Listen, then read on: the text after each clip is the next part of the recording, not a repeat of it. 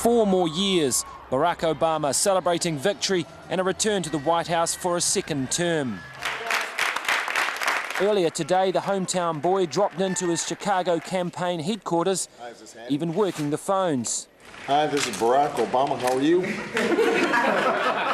90 million Americans were expected to cast their votes today, and in such a close election, the president knows every vote counts. We feel confident we've got the votes to win, but it's going to depend ultimately on whether those votes turn out. And so I would encourage everybody on all sides just to make sure that you exercise this precious right that we have. Well, it's been a cold, wet, miserable day here in President Obama's hometown of Chicago, and certainly the lines at polling booths that we've seen have been pretty short, suggesting that turnout here may be down just a tad. However, it's not the state of Illinois where this race will be run. No, it's in the swing states. We want to make sure you have everything you need for when you get up to the polling place. In the battleground state of Virginia, voters braved the November chill.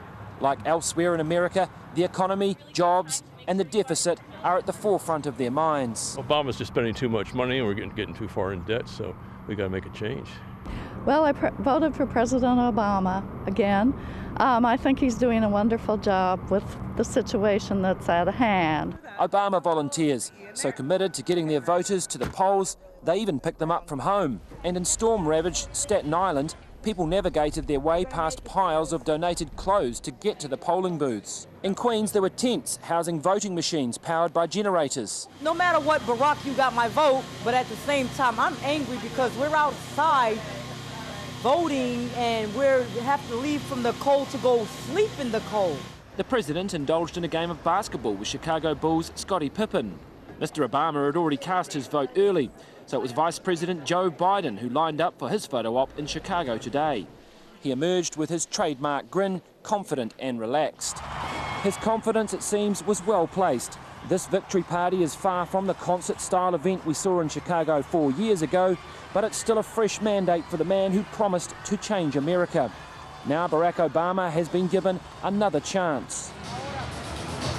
Yes, quite a remarkable effort by President Obama and his campaign team. So how did he do it? Well, of course, he's got that remarkable team of knack of getting out the vote.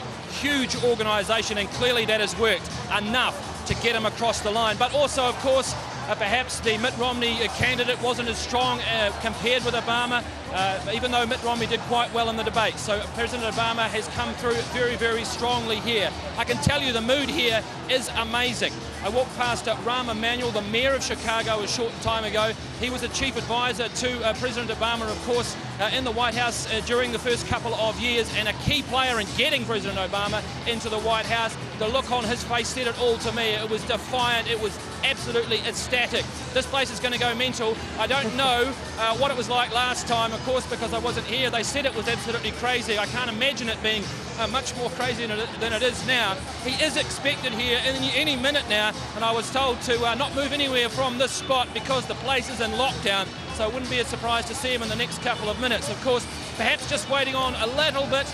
There was some talk with the Romney camp, just wanted to see how things played out in Florida and Ohio. I weren't quite willing to concede just yet. But nevertheless, this place is going to absolutely explode when President Obama gets here. I'm sure he will have a message for America about trying to bring the country back together, because it is hugely divided. There's no doubt about that. The other thing he may talk about, which is a huge problem, is the economy. He needs to improve it more. They've got a massive challenge coming with their debt, trillions and trillions of dollars of debt. They have to deal with it very shortly.